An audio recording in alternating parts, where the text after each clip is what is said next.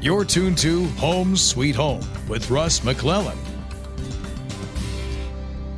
Hey, welcome back to Home Sweet Home with Russ McClellan and friends on this Saturday in April, handling a new era, a new segment in time. We've been through a lot in the last few months, and I'm very grateful. I got Fletcher Ellingson, who's a business and life coach, owns Fletcher Enterprises, and is helping hundreds, if not thousands of people around the world.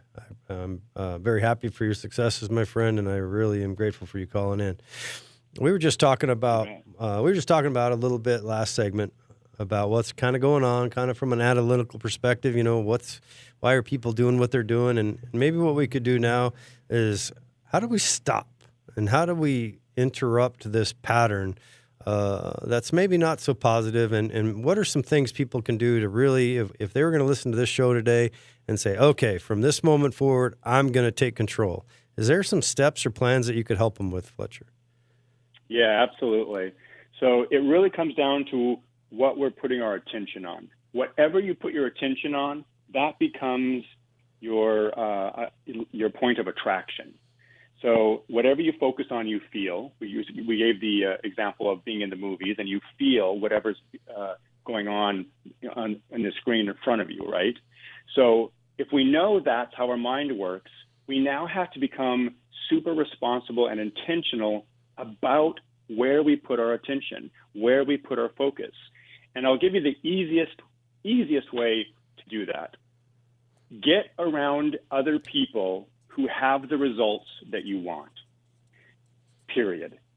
So if you are around people and all they're talking about is COVID-19, if you're around people who are talking about, gosh, life is such a struggle, money doesn't grow on trees, marriage is nothing but work, that's going to be your point of attraction. You're going to be focused on all that. You'll be experiencing that. If you want something different, if you want to feel good, get around other people who are feeling good. Get around people who have the results that you want, and you will quickly rise to those different standards. And I think you probably heard this said too. You are pretty much the sum of the 5 people that you hang out with the most. Have you heard something like that? Oh yeah, and that includes watching the news. Oh, absolutely. Yeah, I mean, right. You're not hanging around them, but you're glued to the old tube listening. I don't care what channel you're listening to. It's all uniquely negative in its own right. I mean, it cracks me up. And it's all sensationalism. It doesn't really matter if you're watching CNN or Fox or MSNBC. I don't really care where you're at politically. It's just a kind of a, glorified disaster every time you look at it because it sells, right? It's a trap. Exactly. And we use the saying, what you focus on expands.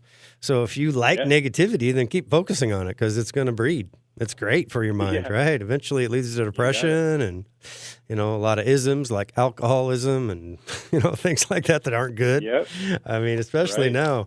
I loved it the other day. It also leads to that COVID-19 pounds that you gain while you're sitting around eating those bonbons. Because I don't know if you're anything like me, it takes about 3.5 seconds to gain some weight and about 4 years to lose a pound.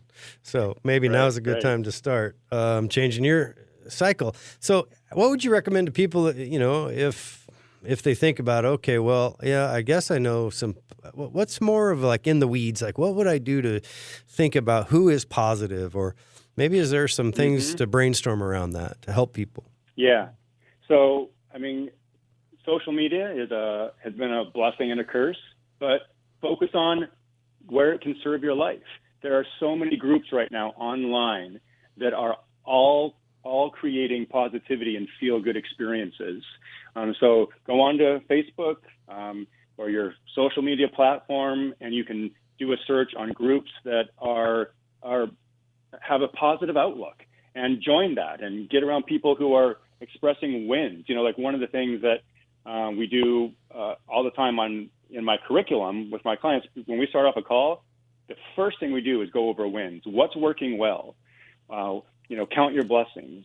Really, but it's going to take being radical. And when I say radical, radical doesn't have to mean just something outrageous.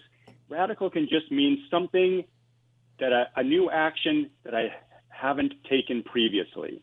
So for instance, every morning in our household, we get up, we have our tea, and we journal what we're grateful for. We do our gratitudes. We write them down.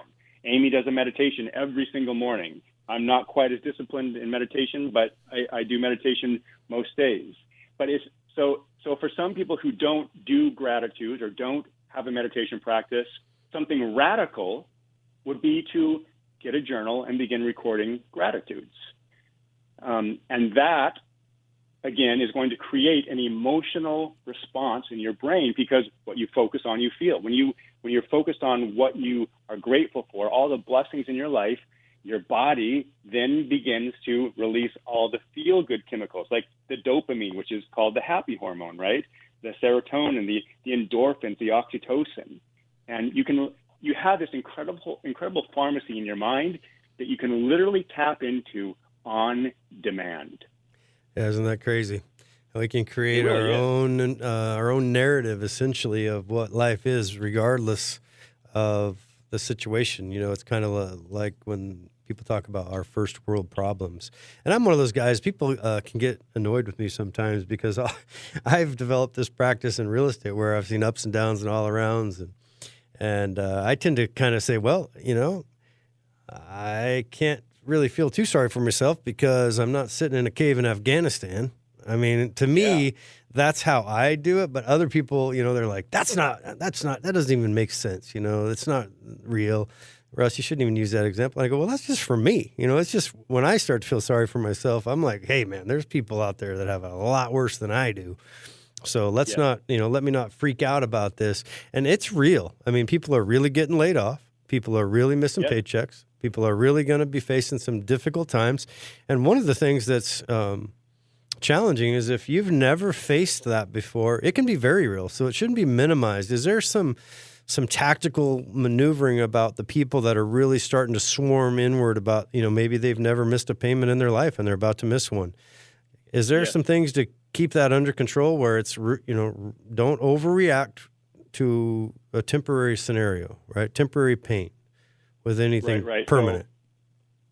So we're talking about fear, right? False evidence appearing real, that Wayne Dyer popularized, or that acronym.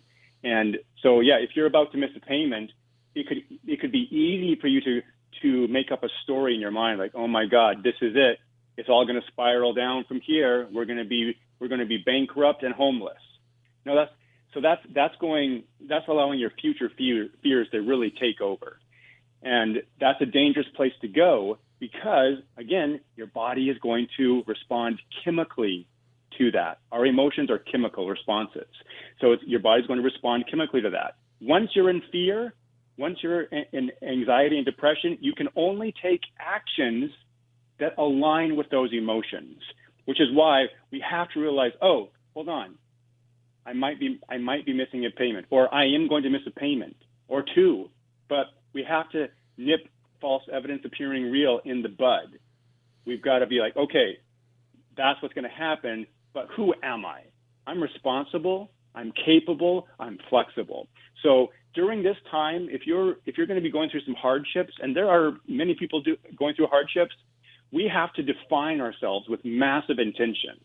If we can because most of us have not ever taken the opportunity to do that. But when you can define yourself as, hey, who I am is I'm responsible, resourceful, capable, and flexible. Yeah. When you define yourself as that, suddenly there are going to be possibilities that are now available to you that were not previously. Yeah, and it's real easy to let pride, which is a good thing, also become an evil thing for you internally, your own pride. I mean, you're not alone in this fight.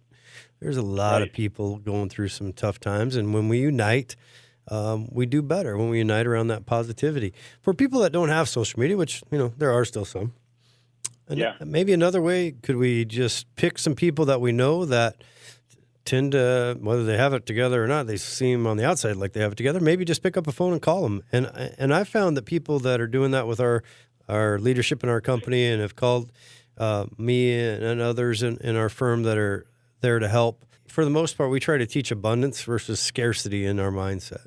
And I've found most people are willing to talk. Most people are willing to share some positivity with you. So don't be embarrassed by picking up the phone if you're feeling down or if you're feeling upset and you're even though false evidence appearing real, that fear acronym, but it can be real, like in your head. It can be super real. So just pick up the phone and call somebody that you know and tell them how you're feeling. Be vulnerable, because that's courageous, right? Absolutely. And great point about the courage. We can only be courageous when fear is present. Courage is never around if fear is not present. They travel side by side. It is your opportunity to step into courage when fear is present. If otherwise, it's not courage; it's confidence, right? When someone's sitting here listening to our show and they're like, "Man, I just don't know what's, I don't know anything else. I just got laid off. I don't know any other avenue." And the darkness starts to come, and you get pissed and you go through a lot of range of emotions. And where's the best place to just kind of start? Take a deep breath or call somebody. Oh man, yeah, call somebody. Reach out. One of the things I always tell my clients is asking for help is a sign of strength. I know in our country that hasn't been the message. Asking for strength has been a sign of weakness or do it yourself. Asking for strength is a huge sign or asking for help is a huge sign of strength. Yeah, for sure. Hey, when we come back in the next segment, we're going to continue this talk with Fletcher Ellingson. He's going to dive a little bit more into what he does for people and how you can get a hold of him. I appreciate you tuning in this Saturday in April. We're going to get through this. Tough times don't last. Tough people do. It's a fact. We're Americans. We're going to get through this. We're going to unite. There's going to be some positives around the corner. Home sweet home. Thanks, Keller Williams. I love my dream home.